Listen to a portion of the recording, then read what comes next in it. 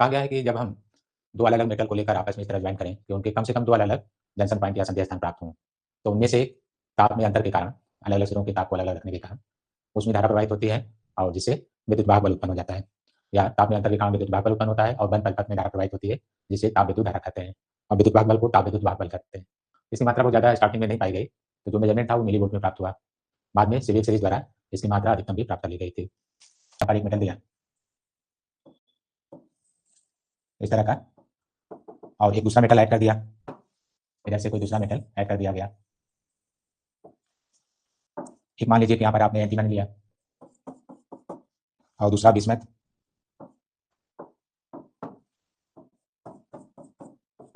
इधर एंटीमनी और बिस्मथ, इनके ताप को अलग रखा गया और एक स्केल भी, कोई मीटर स्केल आप ले सकते हैं इसमें। जैसे यहाँ पर एक रीडिंग के लिए अमीटर, जैसे यहाँ हाई टेम्परेचर और इधर low temperature. Low temperature fix है, आप रखते हैं 0 डिग्री सेल्सियस। हाई टेम्परेचर 100 या इवन 100 हो सकता है, कोई भी ताप हो सकता है, लेकिन लो टेम्परेचर 0 ही रखते हैं। तो ये सिंबल है। वैसे तो सिविल सिद्धांत पे आप इस तरह का कंस्ट्रक्शन करते हैं जिसमें आप एक तांबे का तार और एक तांबे के अलावा निकल या किसी प्लेटिनम, 2 अलग-अलग तार को लेकर आप ऐसे बनाते हैं इस तरह का। एक जंक्शन पॉइंट यहाँ पर हो गया और एक आप इधर कहीं जॉइन करते हैं इस side.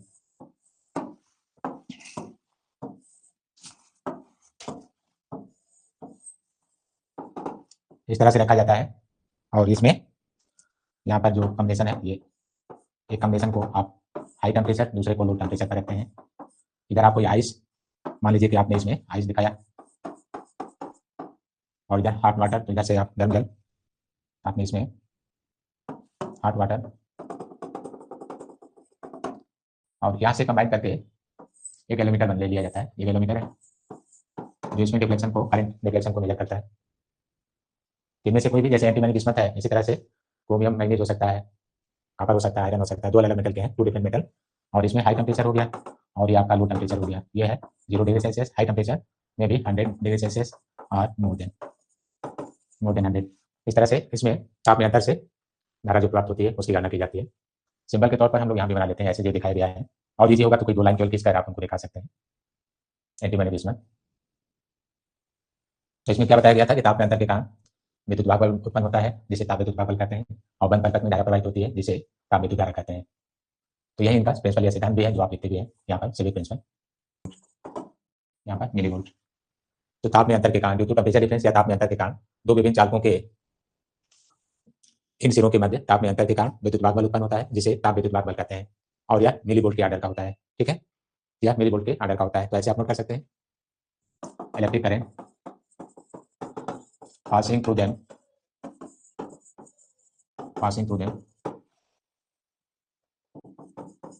known as thermal current, उसे तापानी धारा कहते हैं, उसे तापानी धारा कहते हैं। ठीक है, तो इस तरह से आपने ये डिफिनेशन याद कर लिया। ये फिगर है। अब आपसे जो पूछा जाता है, relation between thermal EMF and temperature, ताप विद्युत वाहक बल और ताप में संबंध, तो आप ऐसे लिखते हैं ईएमएफ को E equal to AT square, यहाँ पर AT square, AT plus BT की तरह में,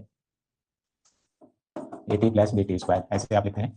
या अगर आप चाहें तो यहाँ पर EMF equal to A theta plus B theta square, ऐसे लिख सकते हैं ताप के लिए। या दूसरा उपाय है A equal to alpha theta plus half beta theta square, ऐसे भी लिखते हैं। ध्यान देना है कि ए का एक संबंध टेम्परेचर की 1 पावर पर होता है, अभी 2 पावर पर होता है। कहीं पर ऐसे लिखा रहता है, कहीं ऐसे लिखा रहता है।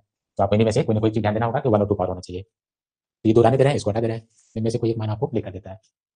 टी आपका ताप है, चाहे तो आप इस मान लिख लीजिएगा। ये टी टेम्परेचर है, टेम्परेचर डिग्री सेल्सियस, और A comma B are given constant for two different metals,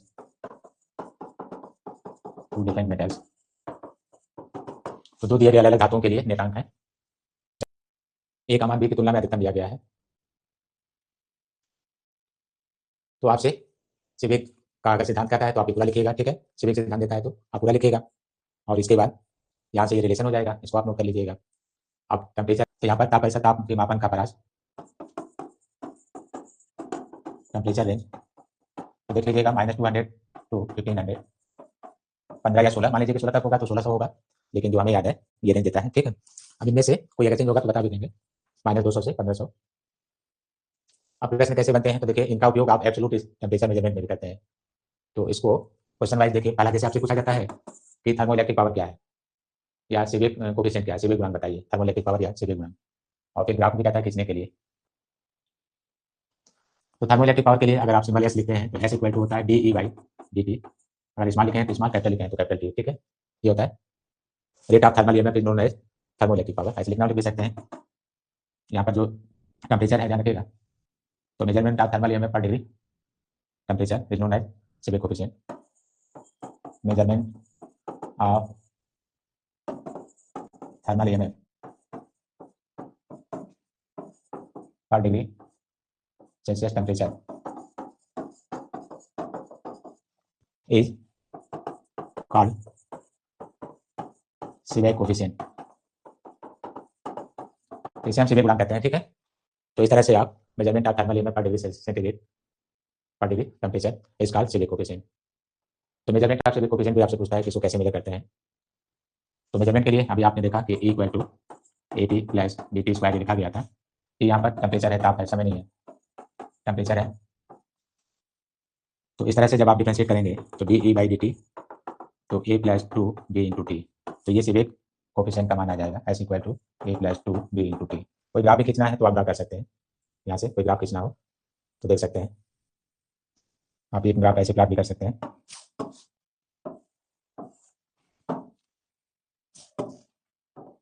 इस तरह का एक लाइन खींच सकते हैं जिसमें ये वैल्यू A आपको कांस्टेंट दिया गया है, यहाँ से A कांस्टेंट हो जाएगा, बाकी ग्राफ आपको S और T में दिखाया गया है। T यहाँ ताप है, टेम्परेचर डिग्री सेल्सियस, और ये सीबेक कोफिशिएंट है। ग्राफ को आप ओरिजिन से A और ये B द्वारा प्रदर्शित किए हैं ऐसे, जैसे आपने पढ़ा होगा y equal to C plus M X, ऐसे है। तो C कांस्टेंट इंटरसेक्शन हो गया, M इसका स्लोप हो जाएगा, और x पर ये T, y पर S है। इस पर हमने ग्राफ खींचा है। तो Tn क्या है, अगर आपसे पूछता है कि Tn तो उदासीन ताप है, उदासीन ताप, न्यूट्रल टेम्परेचर, न्यूट्रल टेम्परेचर या उदासीन ताप है। Ti क्या है, तो उत्क्रमण ताप, उत्क्रमण ताप या इन्वर्जन टेम्परेचर या temperature of inversion, inversion temperature, इसको उत्क्रमण ताप कहते हैं, उत्क्रमण ताप। तो छोटे छोटे प्रश्न होते हैं, यहाँ पर जो टेम्परेचर है T0 0 डिग्री सेल्सियस पर है, तो टेम्परेचर है 0 डिग्री सेल्सियस, यहाँ पर इसको भी लिख सकते हैं T0 temperature at 0 degree Celsius, ऐसे नोट कर सकते हैं। तो छोटे प्रश्न इसमें पूछते हैं तो आप उनको नोट कर लें, जैसे उदासीन ताप किसे कहते हैं, न्यूट्रल टेम्परेचर क्या होता है, उदासीन ताप किसे कहते हैं, ठीक है, न्यूट्रल टेम्परेचर क्या होता है, तो आप बताएंगे कि where thermal EMF is maximum.